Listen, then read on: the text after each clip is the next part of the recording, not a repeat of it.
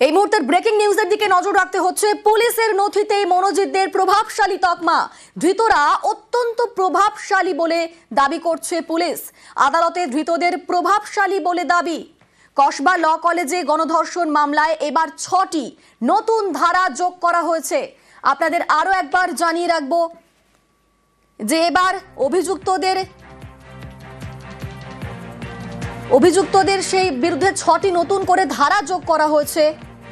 আমাদের সঙ্গে রয়েছেন প্রতিনিধি অনুপ, কি খবর পাচ্ছি এই ঘটনাতে, এই মামলাতে 6টি নতুন ধারা যোগ করা হয়েছে, ধারাগুলি কি কি?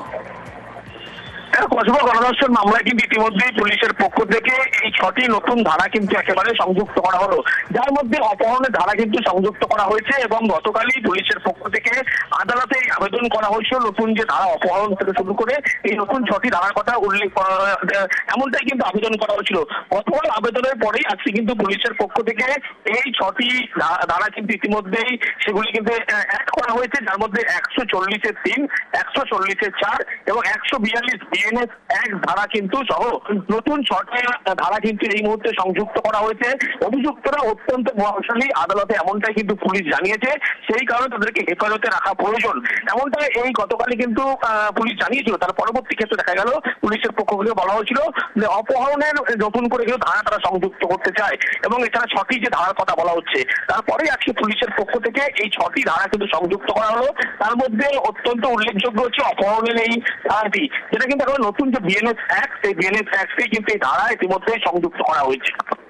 বেশ, ধন্যবাদ অনুপ।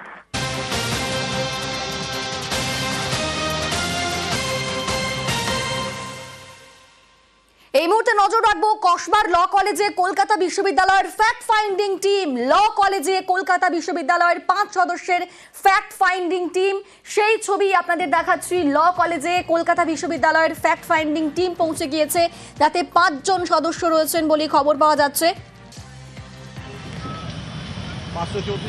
সেই ছবি আপনাদের দেখাচ্ছি। ল কলেজে সেই ছাত্রীকে গণধর্ষণের ঘটনা এবং তারপর ল কলেজে কলকাতা বিশ্ববিদ্যালয়ের 5 সদস্যের ফ্যাক্ট ফাইন্ডিং টিম। এই মুহূর্তের কি আপডেট আমরা জানবো। আমাদের সঙ্গে সরাসরি রয়েছেন আমাদের প্রতিনিধি সুদীপ্ত। আমরা দেখলাম কিছুক্ষণ আগেই ফ্যাক্ট ফাইন্ডিং টিম গিয়ে পৌঁছলো, এখনো পর্যন্ত কি আপডেট পাওয়া যাচ্ছে?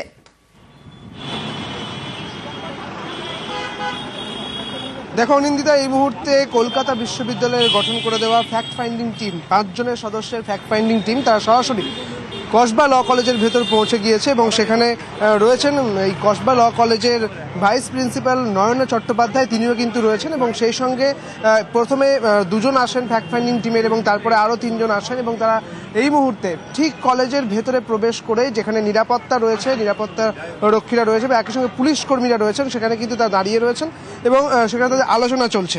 মূলত যে বিষয়গুলো তারা দেখবেন যে ঠিক কী ঘটনা ঘটেছিল এবং কিভাবে ঘটেছিল এবং এই কলেজের যে সিস্টেম ছিল, সেই সমস্ত সিস্টেম নিয়ে কিন্তু ভাইস প্রিন্সিপালের সঙ্গে কথা বলবেন। তুমি জানো এর আগে কলকাতা বিশ্ববিদ্যালয়ের ভাইস চ্যান্সেলর শান্তা দত্ত, তিনি বলেছিলেন যে ইউনিয়ন রুম কেন বন্ধ থাকবে না, কারণ ইউনিয়নের কোনো এখানে এখন যেহেতু কোনোভাবেই নির্বাচন হয়নি, সেই কারণে তাদের ওখানে অর্থাৎ কলকাতা ইউনিভার্সিটিতে যেহেতু ইউনিয়ন রুম বন্ধ থাকে, সেক্ষেত্রে কেন এই সাউথ কলকাতার এই ল কলেজে কেন বন্ধ থাকবে না, সেখানে ঠিক কী ঘটনা ঘটেছিল, কিভাবে সমস্ত কিছু চলে, কিভাবে পড়াশোনা হয় এবং সেই সমস্ত বিষয়গুলো কিন্তু খতিয়ে দেখা হবে। তুমি জানো যে সম্প্রতি 2 দিন আগেই এই ল কলেজের যারা ছাত্রছাত্রীরা রয়েছেন তারা কিন্তু এসেছিলেন এবং তারা বেশ কিছু ডেপুটেশন দেবার জন্যই এসেছিলেন নয়না চট্টোপাধ্যায়ের কাছে এবং সেখানে তারা দাবি করেছিলেন যে তাদের এখানে পড়াশোনা বাদে সব কিছুই হয়, তাদের এখানে মূল পড়াশোনাটাই হয় না এবং সেই সঙ্গে তারা নিরাপত্তার অভাব বোধ করছেন, এই সমস্ত কিছু বলেছিলেন। তারা বলেছিলেন যে গেটের কাছে শুধুমাত্র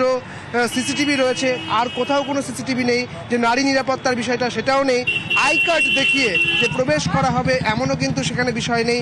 কাজেই এই সমস্ত অভিযোগগুলো কিন্তু তারা করছিলেন এবং সেই অভিযোগগুলোই তারা দিতে চেয়েছিলেন ডেপুটেশন আকারে নয়না চট্টোপাধ্যায়ের কাছে। সেদিন তিনি আসেননি এবং পরের দিনে কিন্তু জেনারেল বডি মিটিং হয়েছিল এবং আজকে কলকাতা বিশ্ববিদ্যালয়ের 5 জন সদস্য ফ্যাক্ট ফাইন্ডিং টিম, তারা কিন্তু আজকে এখানে এলেন। পাশাপাশি আরও একটা বিষয় দেখা যাচ্ছে যে এই কলেজের, কসবা ল কলেজের যারা স্টাফ, তারাও কিন্তু আজকে এসেছেন, কারণ তারা নয়না চট্টোপাধ্যায় অর্থাৎ ভাইস প্রিন্সিপালের সঙ্গে কথা বলবেন এমনটাই জানা যাচ্ছে। তবে ঠিক কী কারণে তারা এসেছেন এখনো পর্যন্ত সে বিষয়ে সবিস্তারে জানা যায়নি, সেটাও জানার চেষ্টা করব।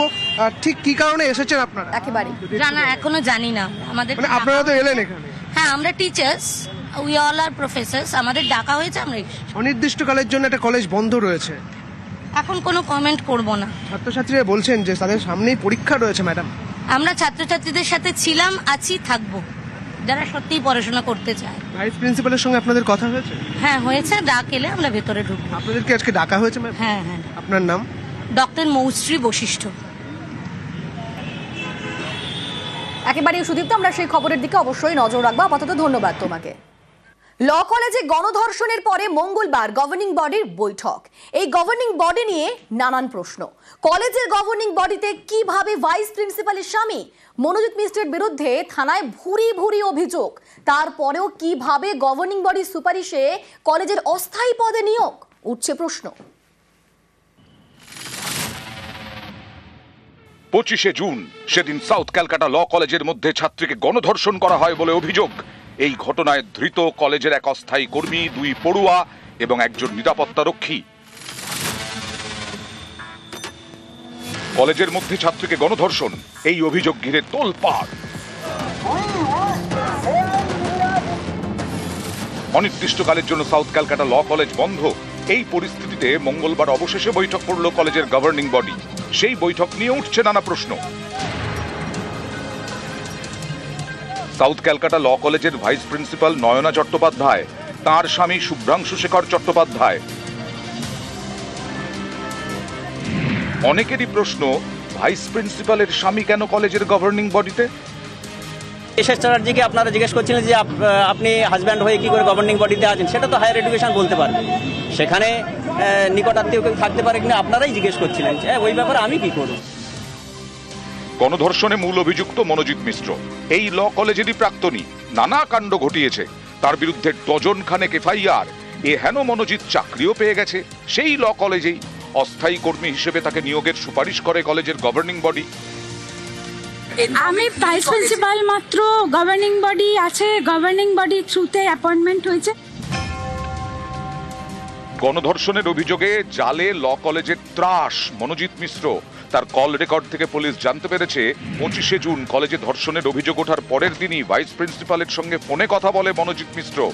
কি কারণে ভাইস প্রিন্সিপালের সঙ্গে ফোনে কথা বলতে হলো মনোজিৎকে, কি কথা হয় দুজনের, এ নিয়ে তৈরি হয়েছে রহস্য। অনেকেই অনেক রকম গন্ধ পাচ্ছেন। এ বিষয়টি তদন্তকারীরাও খতিয়ে দেখছেন। সোমবার ভাইস প্রিন্সিপাল নয়না চট্টোপাধ্যায়কে পুলিশ জিজ্ঞাসাবাদও করে।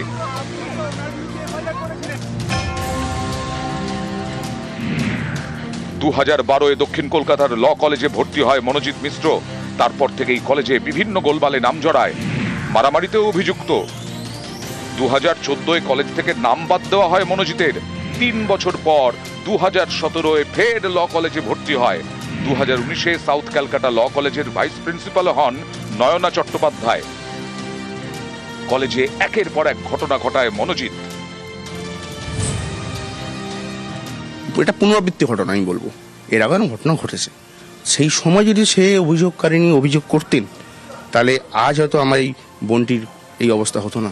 17 থেকে 22 হচ্ছে 10 ইয়ার ছিল পড়াশোনার, 17 থেকে 18 কলেজে ছিল। ওই যে 1 বছর ছিল, 1 বছরের মধ্যেই কলেজে আজ যে ঘটনাটি ঘটেছে সেরকমই প্রায় মানে অত্যন্ত নিন্দনীয় না হলেও ওরকম ধরনের অসভ্য ঘটনা কলেজের মধ্যে বিগত দিনে ঘটতেছিল। আমরা যখন ফার্স্ট ইয়ারে ছিলাম, আমরা যখন এসছি তার 2 উইকস পরেই এই পিকনিকটা অর্গানাইজ হয়েছিল, যেখানে আমরা বাজবাজ যাচ্ছিলাম। তারপর আমার একটা বন্ধুকে ও ডেকেছে, ওখানে গিয়ে ওকে মানে বাজেভাবে টাচ করছি। That time when we were in first year, it was very difficult to speak up against him. এসবের পরেও কলেজে গভর্নিং বডির সুপারিশে 2024 সাল থেকে কলেজের অস্থায়ী কর্মী পদে চাকরি করছে মনোজিৎ। শুধু তাই নয়, ইতিমধ্যে তার চাকরির চুক্তির মেয়াদও বাড়ানো হয়েছে। অনেকের প্রশ্ন, এই মনোজিৎ যে কলেজের ত্রাস, নানা বেয়াদপি করে বেড়ায়, এসবের কি কিছুই জানতেন না ভাইস প্রিন্সিপাল? কেন তিনি মনোজিতের বিরুদ্ধে কোনো পদক্ষেপ করেননি? তাৎপর্যপূর্ণ বিষয় হলো, পুলিশ তদন্তে জানতে পেরেছে গণধর্ষণের অভিযোগ ওঠার পর এই ভাইস প্রিন্সিপালের সঙ্গেই ফোনে কথা বলে প্রধান অভিযুক্ত মনোজিৎ। আমরা বরাবরই কথা বলতে চেয়েছি, কিন্তু নানা রকম কারণে সেটা হয়ে ওঠেনি, বা উনি জানা সত্ত্বেও বোঝা সত্ত্বেও প্রপারলি স্টেপস নিতে পারেননি। নিউজ 18 বাংলা।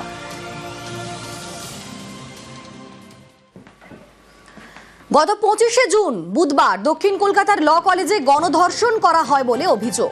অবশেষে মঙ্গলবার বৈঠক করল কলেজের গভর্নিং বডি, আর সেই বৈঠকে একাধিক সিদ্ধান্ত নেওয়া হয়েছে।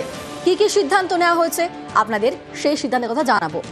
সিদ্ধান্ত নেওয়া হয়েছে অস্থায়ী কর্মীর চাকরি থেকে বরখাস্ত মনোজিৎ মিশ্র, তারই পাশাপাশি বেতন ফেরত দিতে হবে মনোজিৎকে, আর তারই সঙ্গে বহিষ্কার করা হয়েছে 2 পড়ুয়া প্রমিত মুখোপাধ্যায় এবং জায়েব আহমেদকেও।